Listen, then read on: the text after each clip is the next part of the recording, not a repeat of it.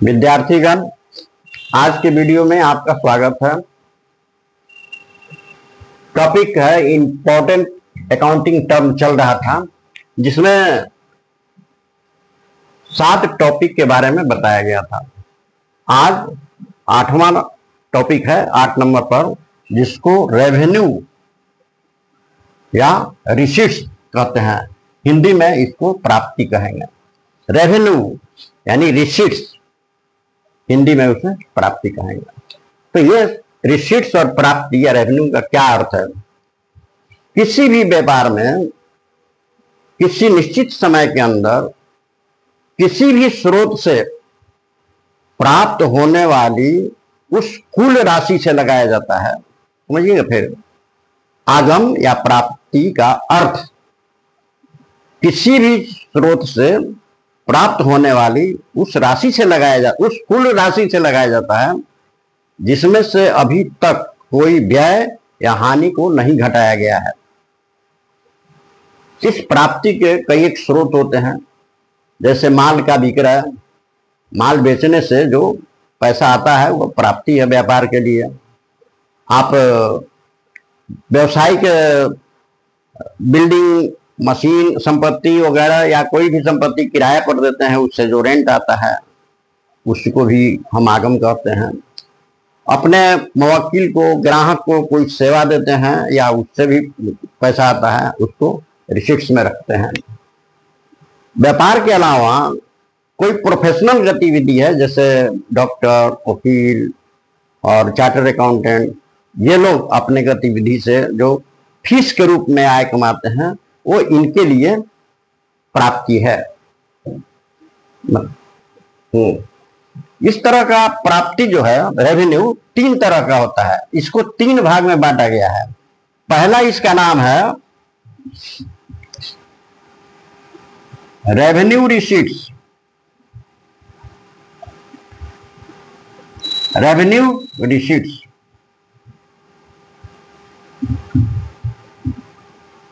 Revenue receipts का मतलब हुआ आगम प्राप्ति।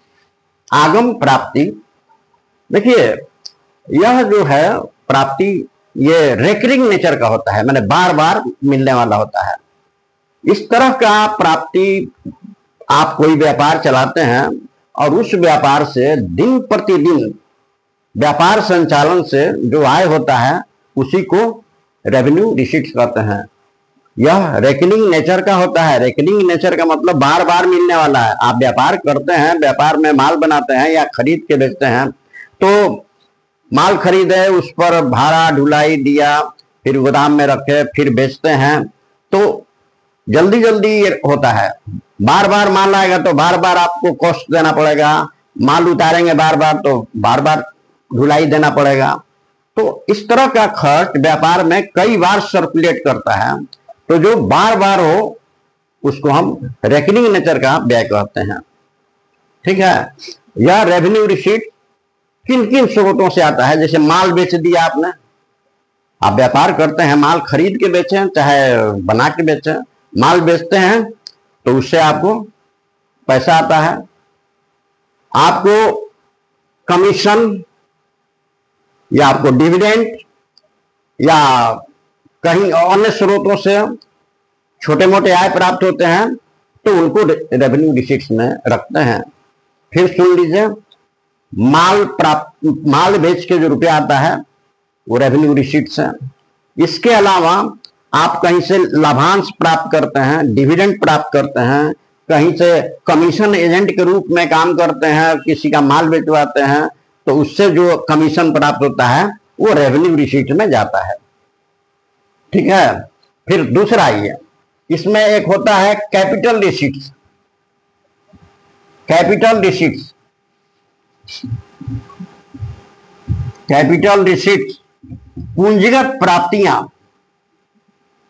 पूंजीगत प्राप्तियां, ये रेवेन्यू रेकरिंग नेचर का बताया है, यानी व्यापार में एक साल के अंदर कई एक बार मिलता है। ये कैपिटल नेचर, ये कैपिटल रिसीट्स, ये इसके ठीक उल्टा है। ये रेकरिंग नेचर का होता है, लेकिन यह रेकरिंग नेचर का नहीं होता है। इरेगुलर स्रोत से जो आए, इरेगुलर माने अनियमित स्रोत से जो आवे उसको कैपिटल रिसीट्स कहते हैं, यानी बार बार प्राप्त नहीं होता है। और इरेगुलर सोर्स का मतलब है, जैसे मान लीजिए व्यापार में कोई पुराना संपत्ति है तो उसको हमने बेच दिया, कोई पुराना संपत्ति है उसको बेच दिया। आप किसी कंपनी का शेयर खरीदे हैं, उन शेयरों को बेच दिया, ठीक, या डिस इन्वेस्टमेंट ऑफ शेयर, इससे जो प्राप्त होता है उसको कैपिटल रिसीट में डालते हैं। फिर सुन लीजिए, यह नियमित नहीं है या बार बार मिलने वाला नहीं है, इरेगुलर स्रोतों से मिलता है। या जैसे व्यापार की कोई संपत्ति है वो बेच दिया, किसी कंपनी का शेयर खरीदे हैं वो बेच दिया, इन्वेस्टमेंट्स कहीं है उसको बेच दिया। तो ये पैसा जो है व्यापार में बार बार नहीं आता है, कभी कभी आता है, इसीलिए इसको इरेगुलर कहते हैं। इरेगुलर स्रोत से जो आवे उसको कैपिटल में डालते हैं, ठीक है, बंद करो। इसके बाद अब आइए एक 9 पर, जिसको हम कहेंगे एक्सपेंडिचर। एक टॉपिक ये भी है, अकाउंटिंग टर्म में एक महत्वपूर्ण टॉपिक है एक्सपेंडिचर। इसका अर्थ होता है व्यय। एक्सपेंडिचर का मतलब व्यय।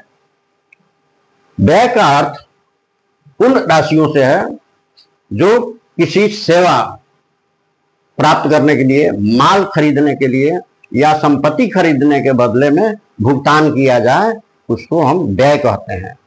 साधारण भाषा में, आम भाषा में, जब हम कोई संपत्ति खरीदते हैं, माल खरीदते हैं व्यापार के लिए, किसी से सेवा लेते हैं, इसके बदले में उनको जो पेमेंट किया जाएगा उसको हम व्यय कहते हैं। माल का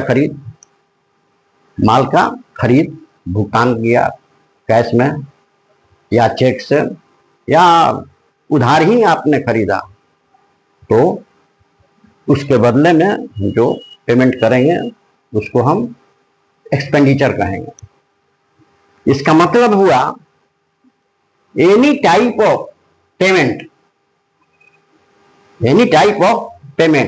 which is incurred for receipts of a benefit is called expenditure। Expenditure में भी कई तरह के होते हैं, इनको भी 3 भाग में बांटा गया है। जैसे प्राप्ति को 2 भाग में बांटा गया था, रेवेन्यू रिसीट्स को 2 भाग में बांटा गया है, रेवेन्यू और कैपिटल, इसको 3 भाग में बांटा गया है। इसमें भी पहले रेवेन्यू एक्सपेंडिचर होगा, रेवेन्यू एक्सपेंडिचर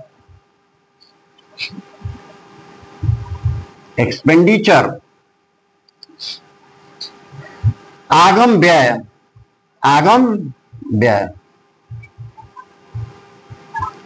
और दूसरा कैपिटल एक्सपेंडिचर,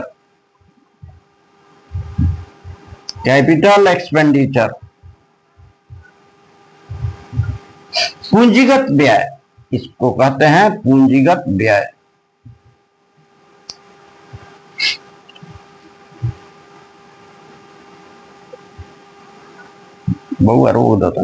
बहुत टाइम लगा।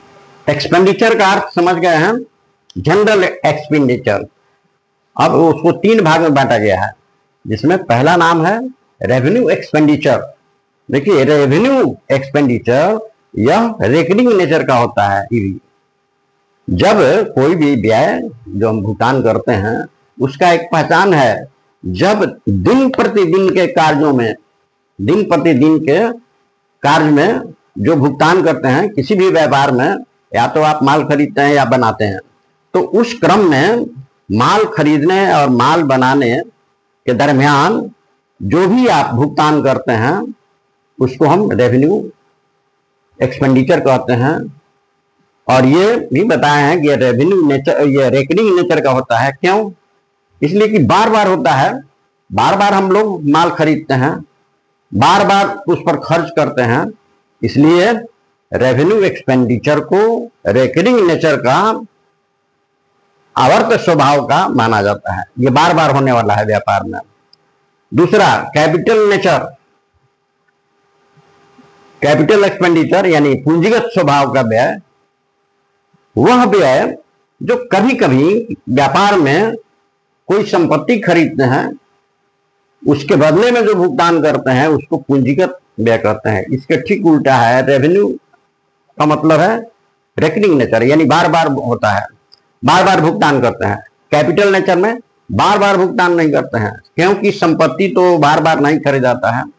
संपत्ति साल में एक या दो बार खरीदाएगा, या 10 साल में एक बार खरीदाएगा, 5 साल में एक बार खरीदाएगा, लेकिन माल तो हमेशा खरीदाएगा, इसलिए इसको रेकरिंग नेचर का माना गया है। लेकिन कैपिटल एक्सपेंडिचर में क्या है, आप संपत्ति खरीदते हैं, लैंड, बिल्डिंग, प्लांट, मशीनरी खरीदते हैं, तो वो कभी कभी खरीदाएगा, इसलिए इसको हम लोग कैपिटल नेचर का कहते हैं।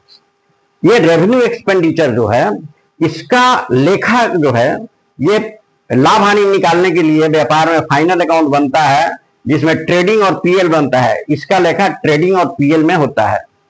लेकिन इस कैपिटल एक्सपेंडिचर जो है जिसमें हम संपत्ति खरीदते हैं, इसका लेखा ट्रेडिंग और पीएल में नहीं होगा, बैलेंस शीट में होता है, क्योंकि कोई भी कैपिटल नेचर का जो है वो बैलेंस शीट में जाता है। एक तीसरा है डेफर्ड रेवेन्यू एक्सपेंडिचर। डेफर का मतलब होता है स्थगित, स्थिर कर देना, स्थगित कर देना। डेफर का मतलब स्थगित कर देना। रेवेन्यू, ये जो नाम है रेवेन्यू एक्सपेंसेस, तो जो ये है रेवेन्यू एक्सपेंसेस जो बताया गया है, ये रेकरिंग स्वभाव का होता है, बार बार इसका भुगतान करते हैं व्यापार में। ठीक थोड़ा सा में अंतर है इसमें डेफर्ड नाम लग गया। डेफर्ड का मतलब हुआ स्थगित, आगम व्यय। इसको एक उदाहरण से समझिएगा। डेफर्ड का मतलब समझना है तो एक उदाहरण देना पड़ेगा। जैसे कोई व्यापारी, कोई कंपनी, कोई व्यापारिक संस्था अपने प्रोडक्ट का विज्ञापन करने के लिए 5 साल का एग्रीमेंट करती है, और 5 साल का एग्रीमेंट करने के लिए 1 लाख रुपया किसी विज्ञापन कंपनी को देती है। देखिए, जैसे कि पहले हम आपको बता दिए हैं कि रेवेन्यू में बार बार भुगतान करते हैं, और इस भुगतान को माल बेच के वापस ले लेते हैं, माल बेच के वापस ले लेते हैं, और 1 साल के अंदर ये समाप्त हो जाता है रेवेन्यू। लेकिन ये 1 साल के अंदर समाप्त नहीं होगा। जैसा कि उदाहरण दिए हैं कि कोई भी कंपनी अपने प्रोडक्ट को प्रचार करने के लिए किसी एडवर्टाइजिंग कंपनी से एग्रीमेंट करती है कि 5 साल तक हमारे प्रोडक्ट का प्रचार कीजिए, और उसके एवज में 1 लाख रुपया पेमेंट कर देती है। तो 1 लाख रुपया जो पेमेंट हुआ, ये कंपनी के लिए खर्चा तो जरूर हुआ, ये खर्चा हुआ, लेकिन इन दोनों से हट के है, रेवेन्यू से और कैपिटल से हट के है। किस माने में, आप एक ही बार 1 लाख रुपया देते हैं, और इस 1 लाख रुपया से 5 साल तक बेनिफिट उससे कमाएंगे। तो इसका मतलब है कि 1 लाख रुपया 5 साल के लिए है, तो इसको डिस्ट्रीब्यूट करेंगे 5 साल पर, तो हर साल कितना हुआ, हर साल 20,000 रुपया हुआ। अब ध्यान दीजिए यहां बात, जिस साल 1 लाख रुपया आप भुगतान किए होंगे, उसमें से लाभ लेना है 5 साल तक, तो भाग दे दीजिए 5 से, 1 साल के लिए 20,000, तो 20,000 रुपया जिस साल पेमेंट किए हैं उस साल के पीएल अकाउंट में जाएगा 20,000। 80,000 रुपये बचा, उसको हम स्थगित नाम देंगे, और उसको बैलेंस शीट में दिखाएंगे। तब तक दिखाएंगे जब तक वो उसका यूज हम नहीं कर देते हैं। तो 20,000 पहला वर्ष में, फिर नेक्स्ट ईयर उसमें से 20,000 लेंगे, यूज कर लेंगे हम, फिर बचा 60,000, वो आपको बैलेंस शीट में रहेगा। फिर ऐसे ऐसे हर साल 20,000 लेके आप इसको चुका देंगे, खत्म कर देंगे, और 5 साल तक लाभ ले लेंगे।